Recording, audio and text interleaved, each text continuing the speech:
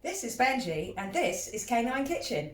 We're going to do a quick simple recipe for a veggie side dish to add to your dog's meat. Here's what you'll need.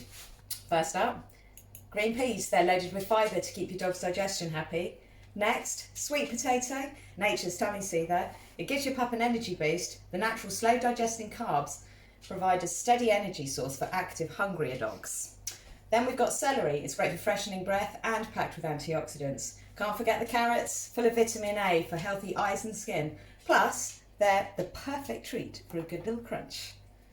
A sprinkle of pumpkin seeds. Add zinc and antioxidants to support your pup's immune system.